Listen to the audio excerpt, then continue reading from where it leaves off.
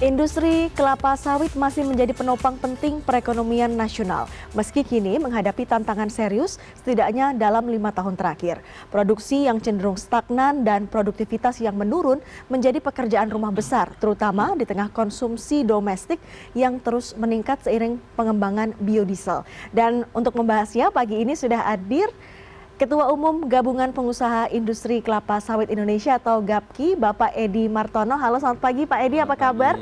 Baik, alhamdulillah. Alhamdulillah, sehat ya Pak ya? Alhamdulillah. Terima kasih Pak Edi sudah hadir di CNN Indonesia Business. Kita tahu bahwa industri sawit memang begitu menggiurkan di dalam sejarah ekonomi Indonesia. Tapi memang ada beberapa kendala 5 tahun terakhir. Boleh digambarkan nggak Pak kepada pemirsa sebenarnya seperti apa situasi industri sawit Indonesia setidaknya 5 tahun atau 10 tahun terakhir? Baik, jadi memang kalau kita lihat tadi disinggung luar biasa terhadap ekonomi Indonesia. Iya, industri sawit ini sudah menyelamatkan kita, Indonesia ini 3 kali krisis. Di tahun 98, kemudian di tahun 2008 dan pada waktu COVID-19. Justru pada waktu COVID-19 kita menghasilkan devisa yang sangat besar, memecahkan rekor, bahkan alhamdulillah industri sawit tidak terkena imbas itu, bahkan masih melakukan rekrutmen karyawan. Nah, terus bagaimana kondisi 5 tahun terakhir ini? Memang kita prihatin dengan kondisi 5 tahun terakhir ini. Kenapa demikian? Karena produksi kita stagnan. Sementara konsumsi kita naik terus. Kita adalah produsen minyak sawit terbesar di dunia. Tetapi di sisi lain kita adalah konsumen minyak sawit terbesar di dunia. Jadi, nah ini yang kenapa demikian? Kenapa kok stagnan di sekitar 50 juta ton saja? Karena memang kita terlambat di replanting, di permajaan. Utamanya di permajaan sawit rakyat. Tanaman itu sama juga, tanaman sawit itu sama dengan seperti kita. Apabila memang sudah tua, mau dikasih input, mau dikasih apapun juga, dia memang sudah tidak akan respon lebih baik. Malah justru malah kita rugi dengan memberikan pupuk yang lebih banyak, menghasilkan tidak banyak. Nah ini memang harus diganti dengan, makanya harus ada program replanting atau permajaan. Nah sebenarnya di replanting itu sudah ada program pemerintah, tetapi PSR ini atau permajaan sawit rakyat sampai sekarang masih terhambat. Sehingga tidak pernah mencapai target. Itu yang jadi masalah. Nah ini hambatan itu banyak sekali. Ada masalah legalitas, kemudian ada masalah sawit di kawasan hutan, rakyat juga demikian tidak bisa mengakses dana hibah dari Badan Pengelola Dana Perkebunan demikian. Jadi alasan tidak bisa replanting ini sebenarnya adalah paling banyak itu karena dari sisi tadi ya administratif atau seperti apa? Nah, jadi memang dari masalah perizinan tadi ya masuk kawasan hutan. Tetapi juga ada selain itu kadang-kadang hambatan di masyarakat sendiri atau petani sawit, mereka tidak mau menebang sawitnya. Kenapa? Karena dianggapnya harga masih cukup bagus. Dan nanti kalau saya tebang, saya hidup pakai apa? Saya makan apa? Kan begitu. Nah ini yang harus segera kita cari jalan keluar agar mereka mau menebang itu, karena dengan ditebang justru produktivitasnya akan meningkat jauh. Sekarang mungkin hanya sekitar 10 ton per hektar per tahun, bahkan di bawah itu. Begitu nanti di replanting 3 tahun kemudian, 4 tahun, 5 tahun itu sudah kembali bahkan bisa menjadi 2,5 kali lipat dari yang sekarang. Demikian. Nah itu yang mereka karena tidak menyadari, tapi itu yang harus kita PR yang harus kita selesaikan. Apakah GAPKI sendiri sudah sering berkomunikasi dan menerima respon dari pemerintah untuk bisa menghindari atau mengurangi hal-hal hambatan seperti tadi Pak? Kita GAPKI rutin ya, artinya komunikasi dengan pemerintah, memberikan masukan juga untuk masalah bagaimana supaya produktivitasnya naik. Karena kita kalau tidak meningkatkan produktivitas, ini kita bahaya produksi seperti ini, sementara konsumsi kita naik terus. Kan kita kan pemerintah akan terus meningkatkan mandatory biodiesel. Nah ini yang mesti harus dilihat dengan bijak, apakah produksi memungkinkan atau tidak. Dalam arti bahwa ada yang dikorbankan atau tidak untuk mencapai itu. Gitu. Nah, tadi Bapak sudah menyebut soal mandatori biodiesel yang terus ditingkatkan. Apakah GAPKI ini melihat resiko kekurangan pasokan domestik setidaknya dalam 2-3 tahun ke depan, dan strategi apa yang diusulkan untuk mengatasi hal ini? Nah, gini, Sebenarnya kalau segi produksi mau ditingkatkan menjadi B50 cukup, tetapi harus ada yang dikurangi, yang harus dikorbankan. Yang dikorbankan adalah pasti yang utama ekspor. Kenapa? Tidak mungkin kita mengorbankan itu pangan. Ya. Contoh nanti kalau kita kurangi untuk pangan di dalam negeri, minyak goreng langka, wah itu ributnya luar biasa. Karena kita sebagai konsumen sangat besar, kita konsumen terbesar untuk minyak sawit dunia. Nah pasti akan dikurangi adalah ekspor kita. Apabila ekspor dikurangi, apa yang terjadi? Nanti sedangkan biaya untuk insentif biodiesel, biaya biodiesel itu bukan dari APBN, itu dari dana pungutan ekspor. Dana pungutan ekspor, kalau ekspor turun, pasti dana pungutan kan turun juga. Nah ini terus siapa yang akan membiayai biodiesel? Itu satu. Sedangkan dana pungutan ekspor itu bukan hanya untuk biodiesel saja, untuk permajaan sawit rakyat. Di mana rakyat mendapatkan hibah per hektar 60 juta. Dana hibah dari pungutan ekspor.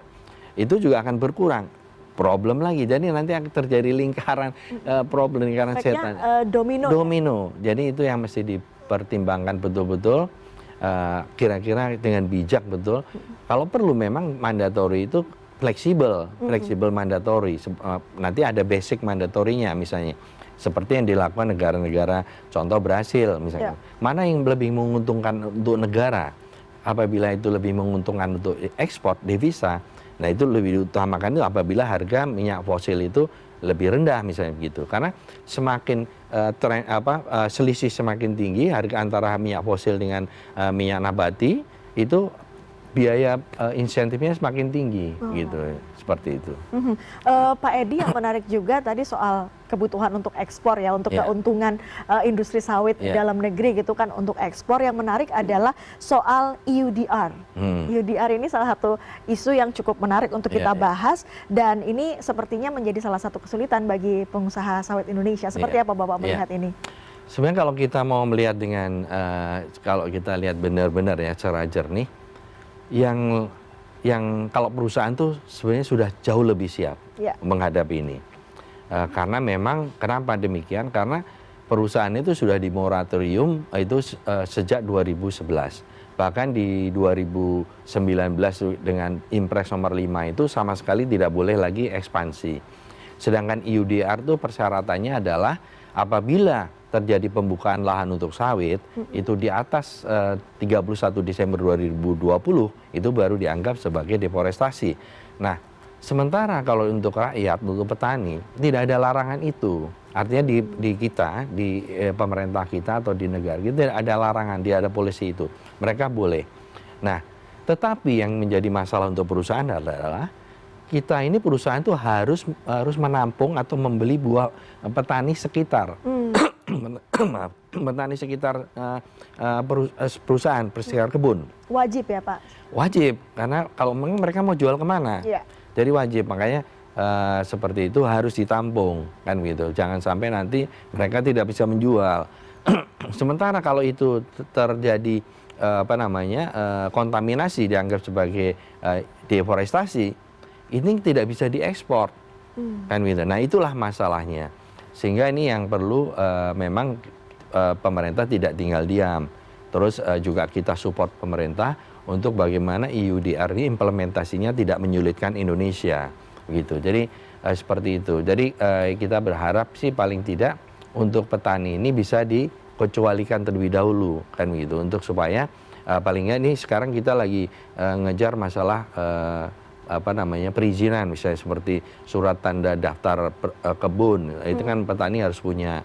Sementara petani kan kadang-kadang tidak menghiraukan itu, main buka aja nanti surat-surat belakangan lah gitu. Sementara kita ada sebenarnya standar ISPO itu ya. Ya, ISPO kan juga harus punya ini, harus ada pegangan legalitasnya, tidak bisa. Nah, ISPO kita juga memang kita melihat masih prihatin.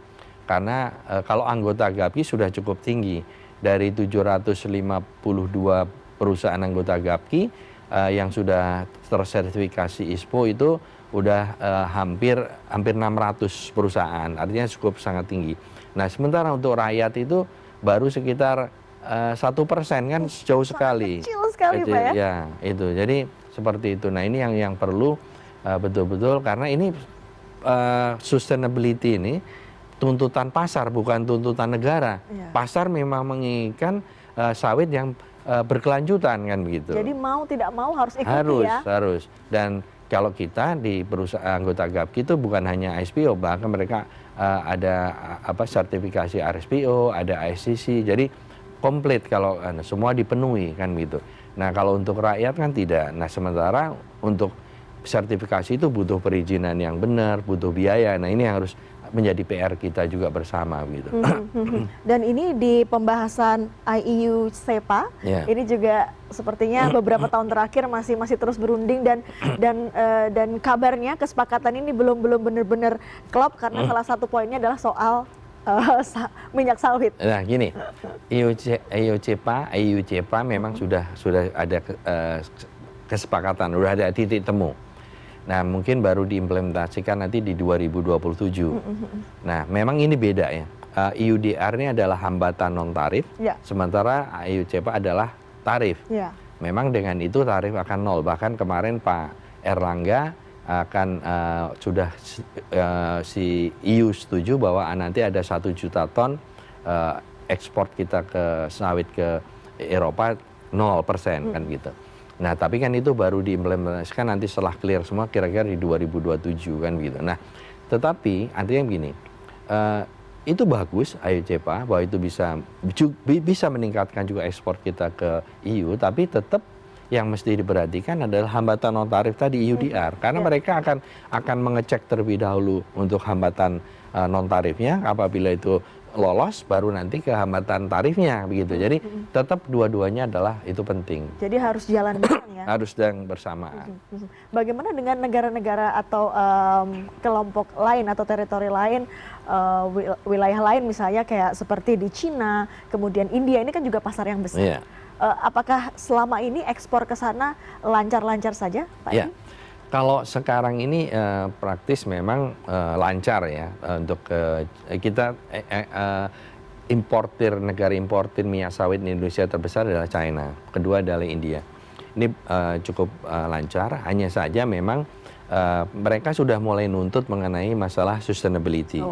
Artinya makanya tadi saya sampaikan bahwa ini tuntutan pasar, bukan tuntutan negara. Memang pasar konsumen itu menginginkan itu, ya kan? Nah, ini wajib lah kita harus itu apapun kita harus comply dengan masalah sustainability. Nah, hanya saja yang jadi masalah adalah kemarin kenapa kok ekspor juga ke China, ke India agak turun. Itu harga minyak sawit itu di tahun 2024 ini lebih tinggi daripada harga minyak nabati lainnya. Padahal sebelumnya itu harga minyak sawit itu di bawah minyak kedelai sampai 100 US dollar per metric ton. Nah, ini malah jadi lebih mahal. Akhirnya mereka beralih ke minyak nabati lain. Walaupun memang sawit secara ini keunggulannya lebih unggul sawit untuk di beberapa untuk menggoreng dia bisa deep frying, bisa dengan suhu tinggi tidak rusak kan gitu. Tetapi mereka tidak peduli itu lagi, apabila lebih mahal ya mereka cari yang lebih murah. Nah, ini yang mesti kita jaga, jangan sampai seperti itu. Apabila kita kebijakannya juga nanti membatasi ekspor, harga minyak nabati dunia akan naik. Ujung-ujungnya akan backfire ke kita juga. Nah, sementara kita lihat kemarin kita sudah melihat di mulai bulan April tuh harga minyak sawit udah lebih rendah dari minyak nabati lain. Di Agustus mulai tinggi lagi. Nah, ini yang nanti kita lihat lah. Mudah-mudahan tidak berpengaruh terhadap ekspor Indonesia ke negara-negara importir itu. Karena signifikan Pak ya kalau sampai ekspor minyak sawit kita kurang bagus. Ya. Pak Edi, terakhir untuk industri minyak sawit sendiri dari GAPKI apakah punya harapan ke depan? Kalau tadi Bapak sudah menjelaskan ya bagaimana plus minusnya, bagaimana tantangannya yang dihadapi baik itu industri yang di bawah GAPKI maupun yang milik rakyat. Jadi gini, kita itu waktu itu dijajah karena rempah-rempah juga. Mereka cari rempah-rempah. Sekarang rempah-rempah kita redup. Kita pernah menjadi eksportir kedua terbesar di dunia untuk gula. Sekarang menjadi importir yang sangat besar.